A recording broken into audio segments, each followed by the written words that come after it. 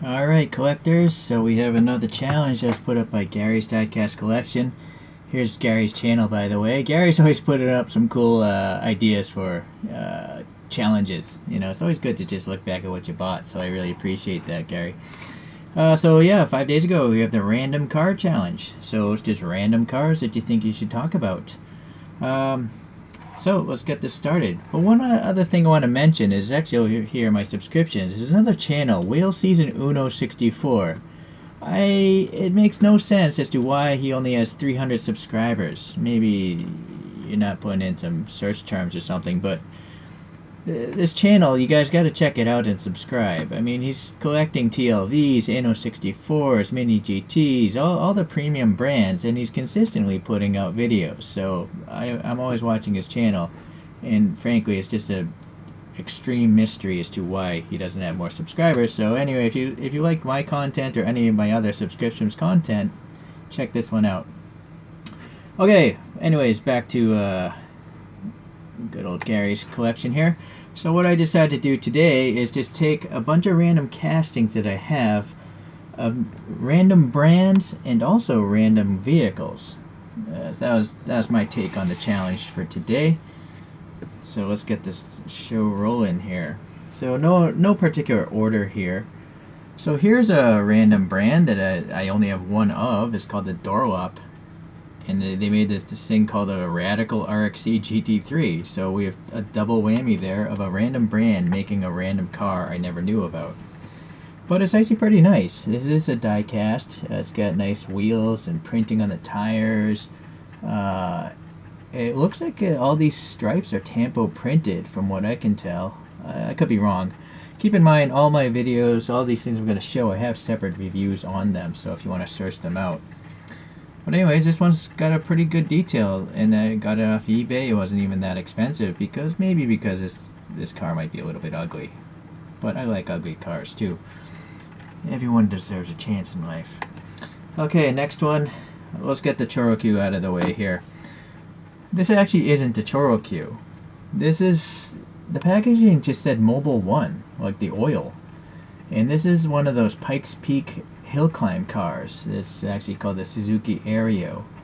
And I really wish someone would make one of these in a premium format, like a realistic looking 164, the Pikes Peak hill climb Suzukis.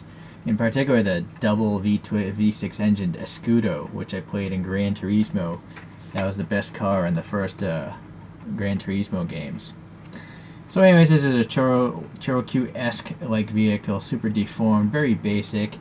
For all I know, it could have been free, like at a trade show. Not sure.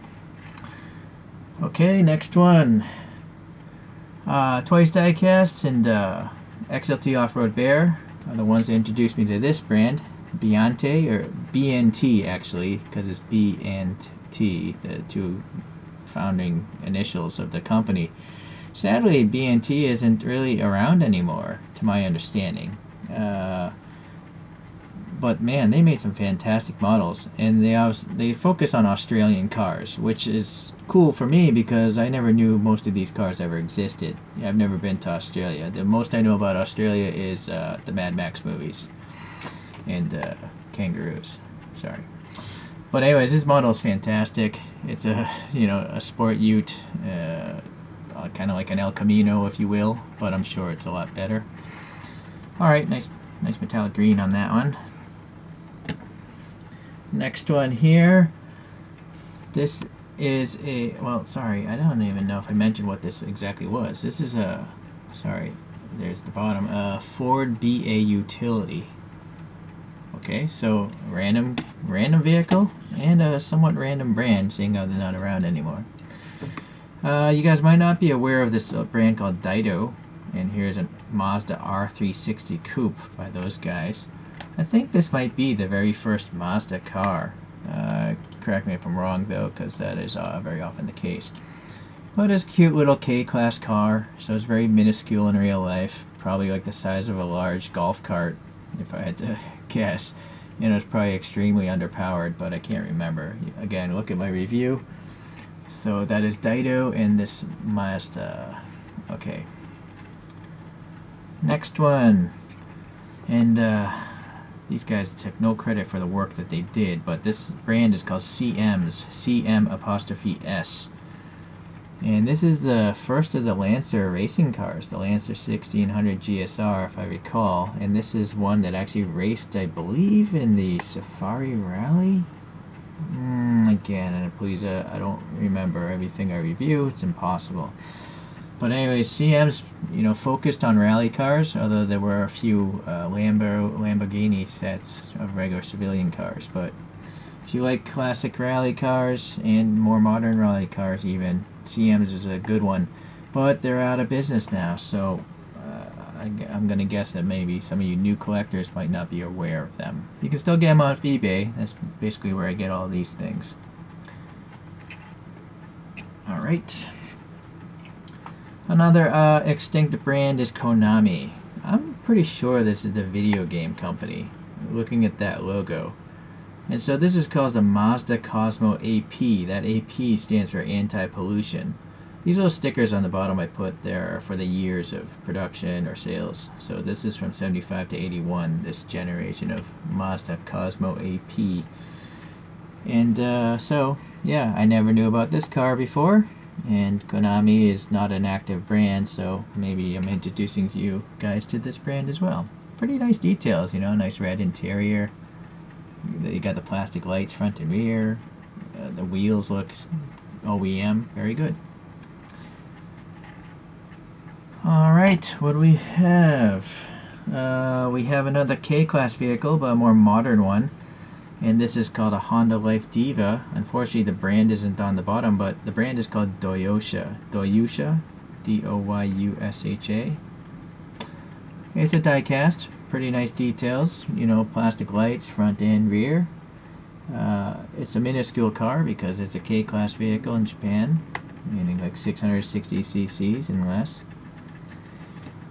Probably not freeway safe, but a nice little rendition of this guy. Let's move on. An active brand here is Xcartoys. So this is nice that they actually write a 2021, the 164, but unfortunately there's not. And there might be text next to my sticker, but that might be like Chinese calligraphy. Anywho, this is called a MiniEV 6x6.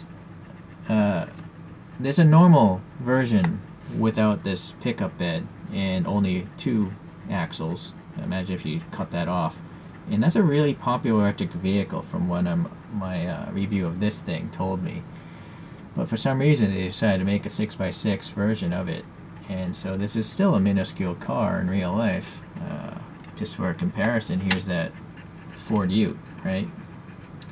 So it's probably a K-Class vehicle before the 6x6 conversion. But it's an interesting looking vehicle, that's why I like it. It's just a miniature 6x6. Alright, one brand you might know about is Aoshima. Or Aoshima. It's Japanese. Unfortunately, this doesn't take any credit for it. This is an all-plastic model.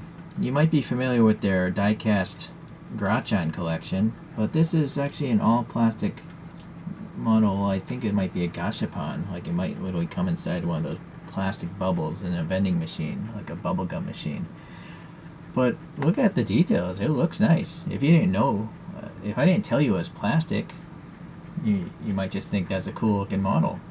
The fact of the matter is, plastic can actually have better details than diecast because it's a softer material, so you can have much finer lines and the plastic will flow inside the mold better. So diecast is actually an inferior material for making scale models. Okay, I got 4 more, so we're going to do 13 today. Now this one on an extinct brand as well, and frankly I don't know what the brand is, if it's JTB Innovations or Forza, but it's always listed as like a Yao Modellini, I think, and it's also listed as the La Festa. It was a series of 4 cars, and in one of the 4 is this thing, the Osca MT4 Berlinetta Vignale. I'm not sure. I'm not Italian, obviously. So this is another car I never knew about, but it's a pretty nice one. I forget if this is from the 50s or the 60s, but it's cool. And this one is diecast. I like how it even has like a white interior and the white wheels. I guess that's as good as you can get. I don't think these are expensive when they're new. Alright, there's 3 more to go here. So this one here is made by Charo Wheels. Charo Wheels is made by Bandai, which is a Japanese company. So they're basically like Japanese Hot Wheels, and they're a little bit nicer than standard Hot Wheels in most instances. Maybe not on this one. This is from a old Japanese cartoon called Go Setter or Jetter. I can't remember, but I have a review on it, and this is like a weird spaceship, I guess, from that cartoon. Never seen it. Yeah, but hey, it was a random brand and a random vehicle. So random that I can't even remember what this thing is. So I apologize. Okay, 2 more to go. You might know Norev, but I never knew about the Citroen E-Mehari, which is an electric version of a Mehari. I don't even know if this is 164, because Norev generally is just like a 3-inch scale. I mean, they just try to make their models fit a box.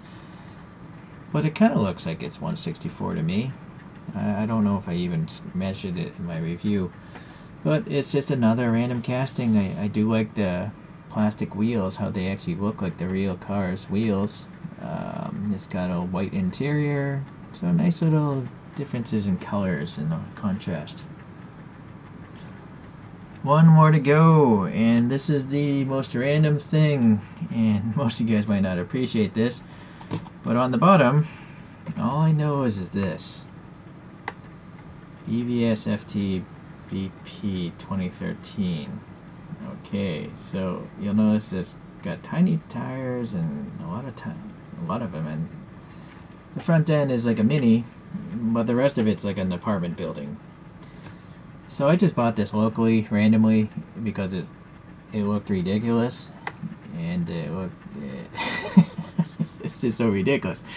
So eventually someone told me that this is from Dragonball Z, which is a Japanese manga or Japanese cartoon that's quite popular. I've never watched it myself, but this is, I think, some old dude's rolling house.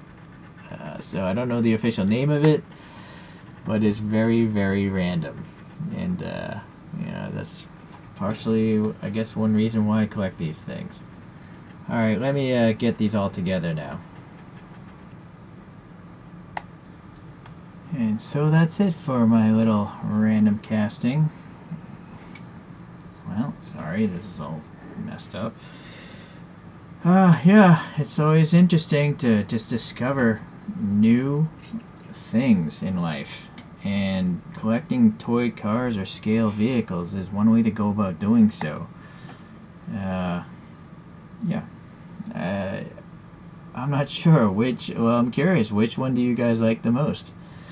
You know, I do 2 different tangents. I do realistic looking vehicles, and then I do the complete opposite, which are the Chorokyus and obviously this thing. So, this is open to anyone's opinions, of course. If I had to say the most realistic looking one, or most detailed one, it'd probably be this Dorlop race car, or possibly this Biante. But I'm not sure if for me, they're not my favorites. They're nice and all, but I think I still like that weird house thing from Dragon Ball Z the most. And maybe a close second might be this Xcartoys, because that is a strange, real vehicle. Alright, well, anyhow, it's, again, always nice to do these challenges, so it's always good to just check into everyone else's channels every now and then and see what's happening. Alright, I guess I'll see you the next time a challenge comes up. Thanks for watching today.